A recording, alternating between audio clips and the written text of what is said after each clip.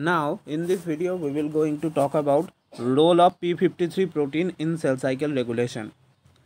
So P53 protein is a protein which is coming from TP53 gene.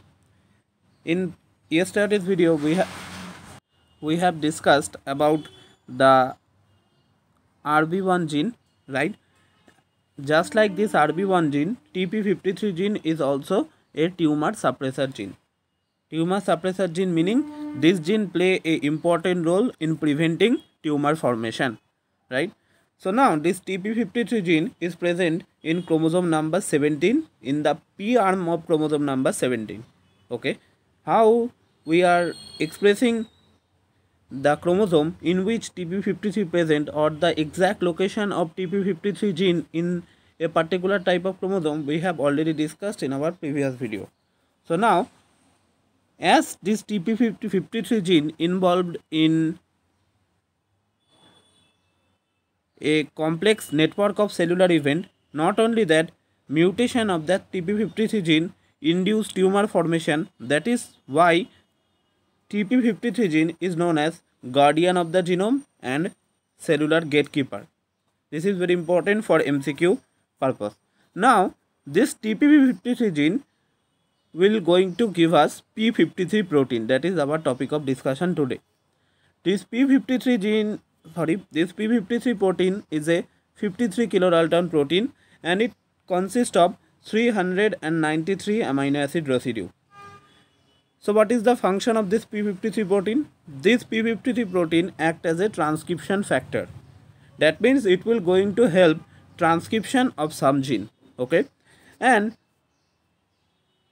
this kind of genes where P53 act as a transcriptional factor, they involved in DNA repair, cell growth, apoptosis, antioxidant defense and senescence.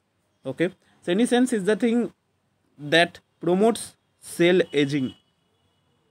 Okay, so now that is the basic discussion of what P53 is.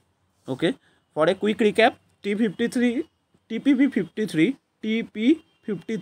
is the gene from which P53 is transcribed and translated, right? And it is a transcriptional factor that will going to regulate expression of several genes that play an important role in DNA repair, cell growth, apoptosis, senescence, antioxidant defense. Okay, and as TP53 gene is involved in various type of cellular events, not only that, it promotes inhibition of tumor formation. That is why TP53 gene is known as guardian of the genome or cellular gatekeeper.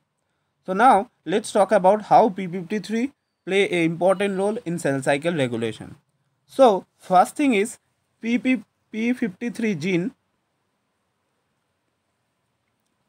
First thing is P53 protein is usually in inactive condition when we are talking about normal cell. Okay, and how it is in its inactive condition? It is because it is usually in association with MDM2. Now what is MDM2? MDM2 means mouse double minute 2. Okay, it is the full form of MDM2 and MDM2 is a E3 ubiquitin ligase, and we have already talked about that E3 ubiquitin ligase. This E3 ubiquitin ligase play a important role in ubiquitinylation, right? So this E3 ubiquitin ligase, that is MDM2, will facilitate ubiquitination of P53, okay, and target it for proteasomal degradation. Okay, and that is why P53 in normal case cannot show its activity. Okay, so we can say that MDM2 is the negative regulator of P53. Okay, now when there is a situation of DNA damage or other stresses or various pathways that is not good for cell cycle, under such circumstances there will be dissociation of P53 and MDM2. Okay, so once P53 is dissociated, now P53 is activated because it is no longer in connection with MDM2, and it will facilitate various kind of function, okay, that may repair DNA damage in that particular cell by arresting the cell cycle, and it may also facilitate apoptosis of that damaged cell. Okay, so how it is going on, how the dissociation of P53 and MDM2 occurs, we will going to talk about now. Now we will going to learn how the dissociation of P53 from MDM2 occurs. So it is usually facilitated by phosphorylation of P53. That means phosphorylation of P53 will causes dissociation of MDM2 from P53, okay, and make it active. So now this active phosphorylated form of P53 will going to do various type of function, for example antioxidant defense, growth arrest, senescence, DNA repair, apoptosis. So we will take an example of double stranded break in DNA, and we have already discussed that what type of pathway activates when double stranded break is sensed in DNA damage, and that pathway is ATM pathway. We have already discussed in our DDR video where we have discussed about the DNA damage response, right? So now during the ATM pathway, ATM kinase is activated and it in turn activates CHK2, which is another kind of kinase. And then this ATM and CHK2 both going to phosphorylate P53. Okay, they mainly target the N-terminal domain or the amino acid residue which is present in the N-terminal domain of P53.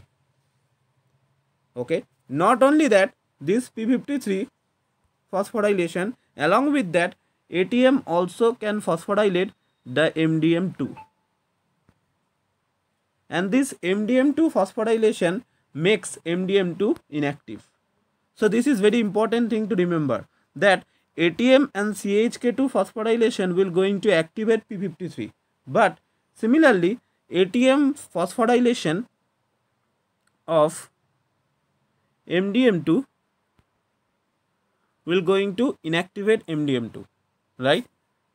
So it is important thing to understand that ATM phosphorylates P53 with the help of CHK2 also and makes it active.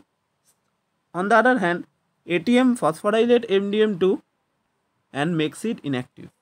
Okay, so now once P53 is activated, the concentration of P53 starts to increase rapidly, okay, inside the cell.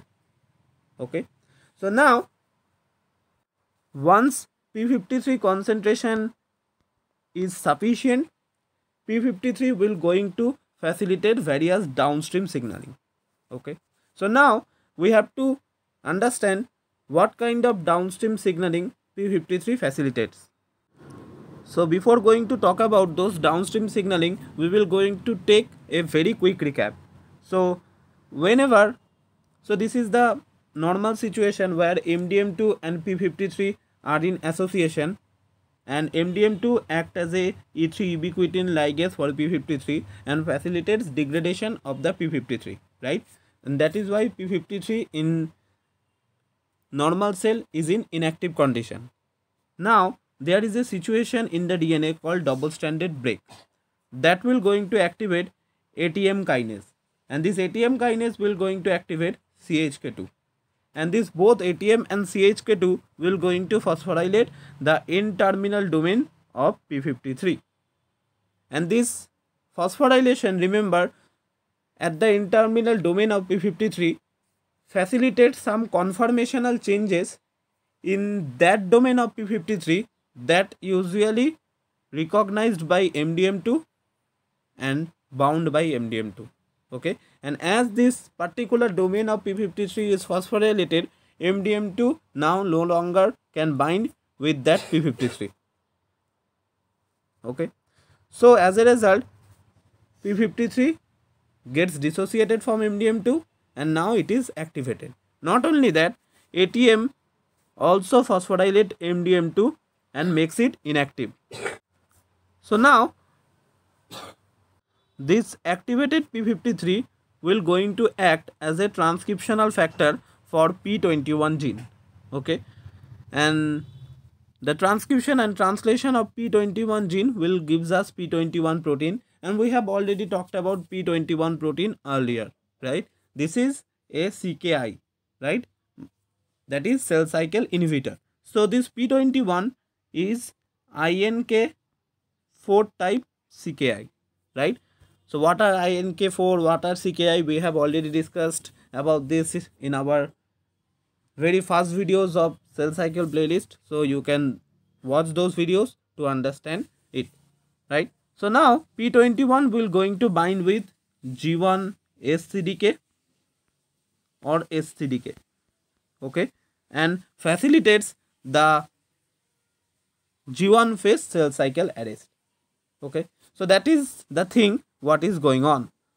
So now as G1 phase cell cycle arrest occurs, now cell will give the chance, or the core cell machinery will give the chance to cell to repair the DNA damage that is occurring, and if it is possible, then cell will resume the cell cycle and allow that particular repaired DNA containing cell to divide and complete the cell cycle. Now there may be some situation where the cell still contains some mutated duplicated DNA sequence which cannot be repaired. Under such circumstances, cell will undergo suicidal apoptotic mechanism and causes destruction of it, because remember, cell will not afford to proliferate some kind of cell which contain mutated or damaged DNA, because it may facilitate introduction of some mutant phenotype. Not only that, they are maybe malignant type, okay, that ultimately facilitates tumor formation, right? And that is why cell have to be strict in such kind of things. Okay, so that is the idea how P53 facilitates cell cycle regulation. Now we have just told about suicidal apoptosis mechanism. So P53 will also going to help the cell for the apoptosis. Let's see how. So both the transcription dependent activities of P53 and transcription independent activities of P53 will going to help in apoptosis. So remember, the transcription dependent activities of P53 is known as nuclear activities of P53, and transcription independent activities of P53 are the cytosolic activity of P53. So we have discussed that P53 is a transcriptional factor for many genes, right? And there we have already told that they also facilitates expression of apoptotic genes. So these apoptotic genes are Puma genes and Noxa genes. Okay, so these apoptotic genes will facilitate apoptosis. That's how P53 promotes apoptosis when required, right? And not only that, it will also facilitate mitochondrial outer membrane permeabilization. Okay, that is shortly written as MOMP. Okay, that is mitochondrial outer membrane permeabilization. Okay, and this mitochondrial outer membrane permeabilization will going to facilitate release of cytochrome C that ultimately lead to apoptosis. So now how our P53 will going to induce mitochondrial outer membrane permeabilization is not clear now, although it is assumed that BCL-XL, BCL2 and BAX may influence voltage dependent anion channel which play a important role in regulating cytochrome C release. So this is the entire idea of P53. So if we are going to discuss about P53 in a very short manner for a quick recap, so P53 is a transcriptional factor basically, which is usually in normal cell inactivated by MDM2. So it is a negative regulator of MDM2, right? So now once P53 gets dissociated from MDM2, it becomes activated, right? And this activated P53 will going to facilitate the expression of P21 protein, which is what? Which is a INK 4 type CKI, right? And this P21 will going to facilitate G1 phase cell cycle arrest, right? And give the cell a chance to repair all its damage. If the cell able to do this, then okay, it will resume the cell cycle and facilitate and helps the cell to complete the cell cycle. Otherwise, it will promote suicidal apoptotic mechanism. How? There are two pathway. One is transcription dependent pathway, which is nuclear activities. Another one is transcription independent pathways, which is cytosolic activities. Transcription dependent pathway involve expression of various type of genes, for example NOXA genes, then PUMA genes that are apoptotic genes, and transcription independent pathway involve the release of cytochrome C, right, that ultimately promotes apoptosis. So that is the idea of P53. So I hope this video will be helpful. Thank you.